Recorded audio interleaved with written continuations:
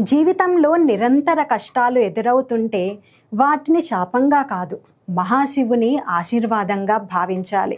ఎందుకంటే మహాదేవుడు తన భక్తులను పరీక్షించకుండా ఆశీర్వదించాడు. మన సహనాన్ని, మనోధైర్యాన్ని పరీక్షించడమే ఆయన విధానం. కష్టాల వెనుక ఒక ఆధ్యాత్మిక ఉద్దేశం దాగి ఉంటుంది. జీవితం ఒక్కసారిగా గందరగోళంగా మారితే, ఆర్థిక ఇబ్బందులు చుట్టుముడితే, లేదా ప్రతి ప్రయత్నం విఫలమవుతున్నట్టు అనిపిస్తే, అవన్నీ శివుడు మన పక్కనే ఉన్నాడని, మన బలాన్ని పెంచుతున్నాడని సంకేతాలుగా అర్థం చేసుకోవాలి. శివుడు నిశ్శబ్దంలో మాట్లాడతాడు, కష్టాల రూపంలో బోధిస్తాడు. మనం ఓర్పుతో నిలబడితే ఆయన కరుణ రూపంలో వెలుగుతాడు. ఆ సమయంలో మనం చేసే ఓం నమః శివాయ జపం మనసును స్థిరపరుస్తుంది, మనసులో శాంతిని నింపుతుంది. వైఫల్యాలను ఎదుర్కొన్నప్పుడు ఇది కూడా శివుడి పాఠమే అని అర్థం చేసుకుంటే మన జీవిత దిశే మారిపోతుంది.